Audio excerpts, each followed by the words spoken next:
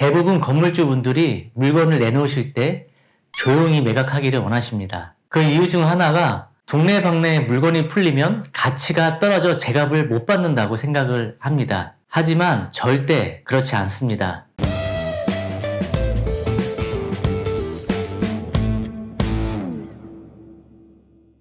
안녕하세요. 아나TV의 이대입니다.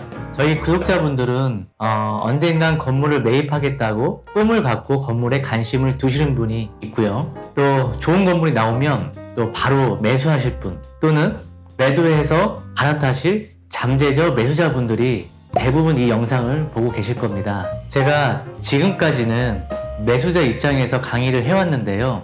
오늘은 매도자 입장에서 도움을 드리는 영상을 제작해 보았습니다.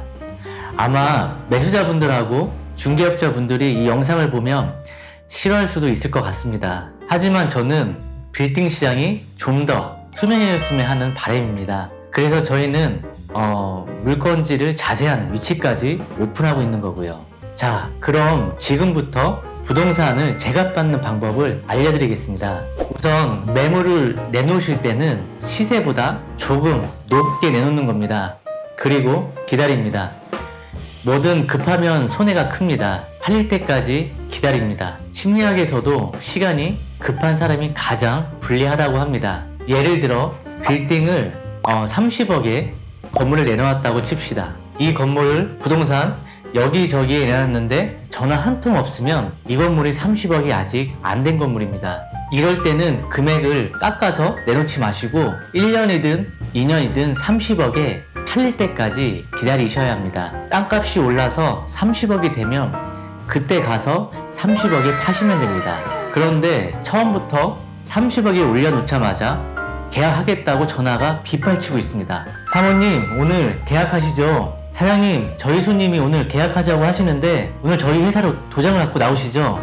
이렇게 막 사방에서 연락이 옵니다. 이런 상황이면 이 건물은 30억 이상인 건물입니다. 이럴 때는 잠시 보류했다가 조금 올려서 다시 내놓으시면 됩니다. 대부분 건물주분들이 물건을 내놓으실 때 조용히 매각하기를 원하십니다. 그 이유 중 하나가 동네방네에 물건이 풀리면 가치가 떨어져 제값을 못 받는다고 생각을 합니다. 하지만 절대 그렇지 않습니다. 매도인분들이 물건을 중개업소에 내놓을 때 중개업자들은 하나같이 이런 말을 합니다. 여기저기 내놓으면 물건이 걸레되니 다른 데는 절대 내놓지 마세요. 조용히 팔아야 제값 받을 수 있습니다. 그런데 이 말은 사실이 아닙니다. 이거는 중개업자분들이 본인만 가지고 있으려고 하는 소리입니다.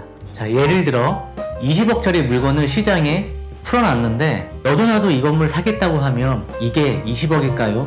아마 22억에 내놔도 바로 팔릴 것입니다. 그런데 조용히 매각을 하면 20억에 파셔야 합니다. 왜냐면 매수자가 이 사람밖에 없다고 생각을 하니까요. 수요가 많아야 가격이 올라갑니다. 경쟁이 많아야 건물의 가치는 더 높아집니다. 또 다른 이유는 동네방네에 내놓으면 임차인분들이 파는 사실을 알까봐 겁내하시는 분들이 있습니다. 되게 체면을 중요시하는 분들이 이런 경우가 많은데요. 지금 여기저기 내놔서 제값을 받아야 하는데 임차인의 눈치 때문에 조용히 파시려는 거죠. 그런데 제가 뭐라고 했죠? 조용히 팔면 제가 못 받는다고 했죠. 제대로 시장에 못 내놓는 거는 그 체면에 비해 너무나도 큰 손해입니다. 하지만 여기저기 내놓다 보면 단점은 있습니다. 이 사람 저 사람 전화오고 집으로 찾아오고 우편 보내고 좀 많이 귀찮아집니다. 좋은 매물일수록 귀찮게 합니다. 그런데 좀 귀찮더라도 1, 2억이라도 더 받을 수 있다면 이 정도쯤이야 라고 감안하셔야죠.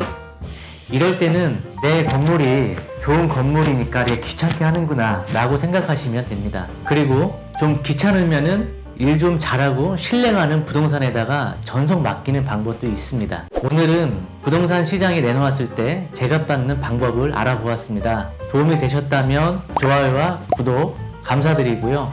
저는 또 다음 시간에 찾아뵙겠습니다. 감사합니다.